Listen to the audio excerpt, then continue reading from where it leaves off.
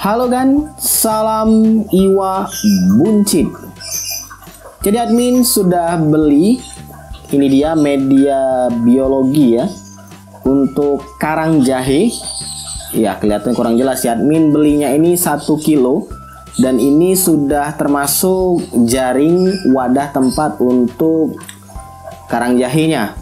Sebelum mulai videonya, jangan lupa untuk klik tombol subscribe terlebih dahulu dan juga aktifkan notifikasi loncengnya supaya setiap kali admin update video tentang tips ikan hias bisa segera kamu tonton, bisa segera menambah wawasan kamu. Dan jangan lupa juga kunjungi situs iwabunci.com karena di situ admin akan nulis beberapa konten yang mungkin hanya bisa dalam bentuk artikel saja. Follow akun IG admin di @positifadi. Oh iya, like juga fanpage dari iwabunci.com.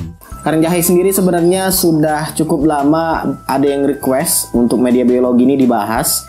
Cuma dia karena admin suatu hal jadi belum kesampaian untuk nyoba karang jahe. Dan saat inilah admin akan coba bikin video reviewnya. Admin beli 1 kilo ini beserta jaringnya itu 12.000 di kota admin tentunya, karena media biologi yang satu ini berat ya, walaupun gimana pun kayak kelihatannya ringan tapi berat, padahal jumlahnya juga nggak terlalu banyak 1 kilo. Dan ini juga sebelumnya sudah pernah admin beli 1 kilo lain, jadi total 2 kilo. Buat yang belum tahu kayak gimana sih sebenarnya karang jahe itu, nah bentuknya seperti ini, rata-rata memang nggak beraturan ya, tapi memanjang seperti ini. Kalau admin nggak keliru, ini dari patahan karang, silakan koreksi karena admin juga nggak tinggal di dekat pantai. Kota Palembang, Sumatera Selatan nggak punya pantai. Paling banter ya ada Sungsang, tempat dimana biasanya orang mancing. Karang jahe ini bisa kamu dapat secara gratis sebenarnya kalau kamu tinggal di pinggiran pantai. Jadi bisa dipungut aja, dipakai, dibersihin. Dan ini admin beli karena ya tadi di kota Palembang nggak ada pantai, nggak ada laut. Tapi sebenarnya ada sih laut. Orang Palembang nyebut Sungai Musi itu laut. Kalau kamu tanya ke orang Palembang, Palembang punya laut? Ada laut. Laut yang dimaksud oleh orang Palembang itu adalah Sungai Musi. Oke, kita kembali lagi ke bahasan. Ini terbilang murah ya daripada kamu beli bioblok yang satu batangnya itu 10 sampai 15.000. Kalau ini 1 kilo 10.000. Ditambahin waring ini ya paling 12.000. Variasi sih tergantung dari yang jual. Untuk warnanya sendiri ya kan ini belum dibersihkan ya, jadi warnanya kayak karang-karang seperti ini, dimana ada semacam pori-pori. Itu dia pori-pori, semoga kelihatan dengan jelas. Pori-pori mirip dengan media biologi semisal bioblok. Cuman ini alami. Kalau bioblok itu adalah cetakan pabrik, tapi kalau ini alami. Nah, ketika kamu beli karang jahe seperti ini nggak bisa langsung digunakan ya.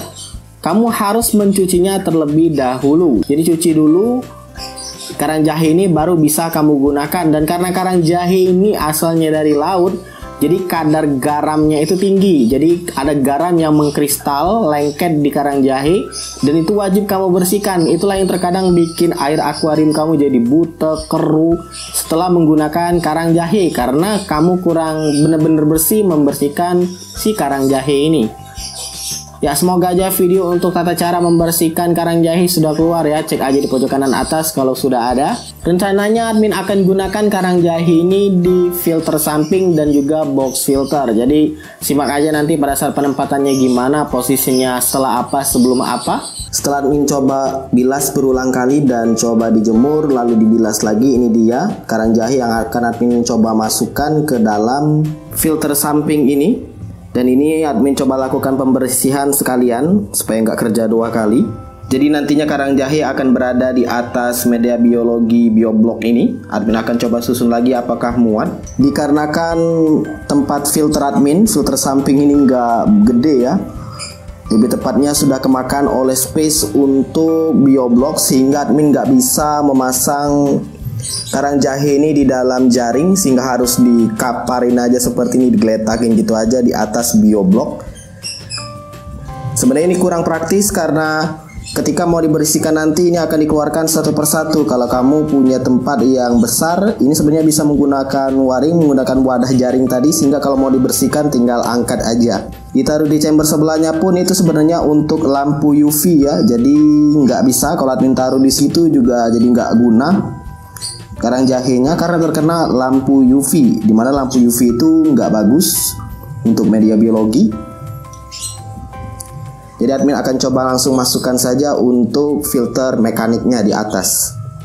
Setelah penggunaan lebih kurang 2 atau 3 bulan ya, admin juga nggak terlalu ingat lagi untuk karang jahe di dalam akuarium ini. Yang admin bisa lihat, admin bisa rasakan adalah memang ikan terlihat sehat. Admin juga sudah jarang, bisa dibilang nggak nemuin lagi gejala di mana ikannya itu kayak memutih, putih-putih badannya, tanda di mana pH ikan itu, pH airnya itu bermasalah.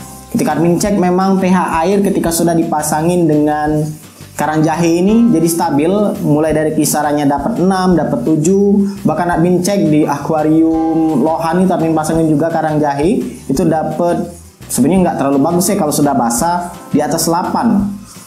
Nah kalau sudah seperti itu tinggal ganti air aja supaya airnya lebih stabil, karena pH yang stabil itu mulai dari 5 ke atas sampai batasnya itu di 8. Untuk ikan mas koki sendiri pH yang direkomendasikan adalah pH 7,5. Untuk tahu kadar pH yang detail ya kamu gunakan pH tester atau pH meter.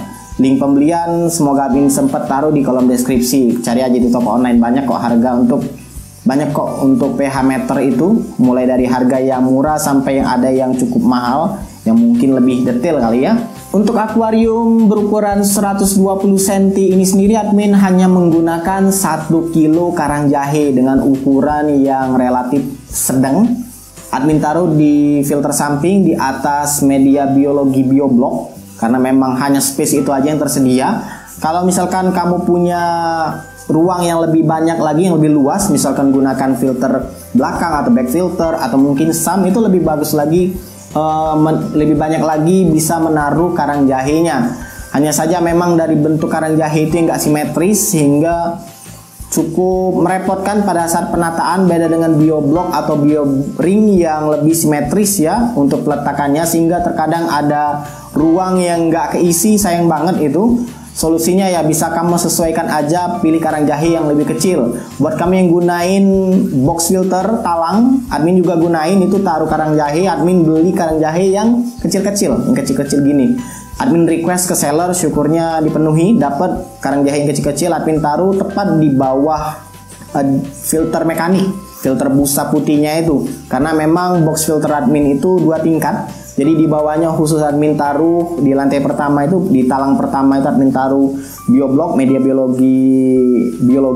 biologi untuk bakteri. Kemudian ada lampu UV, kemudian di atasnya untuk talang keduanya itu admin taruh karang jahe, lalu ada filter mekanik. Jadi karang jahe itu tepat di bawah filter mekanik.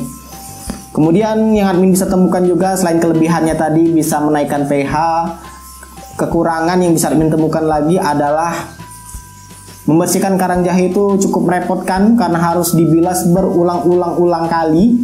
Terlebih karang jahe ini kalau misalkan sering bergesekan dia juga mudah luntur, terkikis, jadi kayak debu.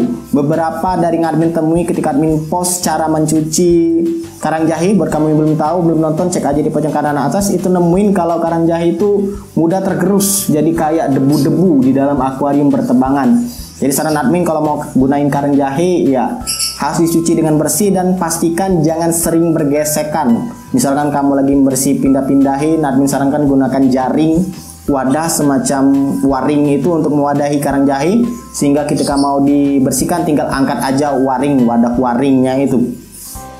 Harga karang jahe memang terbilang murah, sebagai alternatif juga kalau kamu mau beli BioBlock harganya cukup lumayan.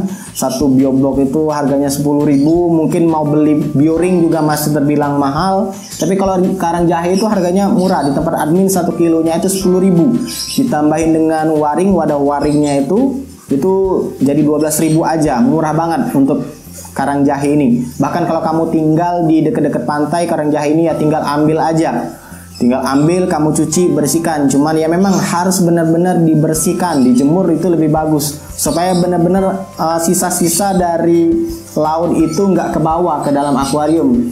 Sejauh ini admin jadi nggak pakai lagi yang namanya soda kue untuk bisa menaikkan pH air. Jadi stop penggunaan soda kue. Buat kamu yang mau gunain soda kue tetap ya cek aja di pojok kanan atas untuk tata caranya. Jadi pH air di dalam akuarium ini sudah stabil, nggak lagi gunain soda kue, ikannya juga sudah sehat.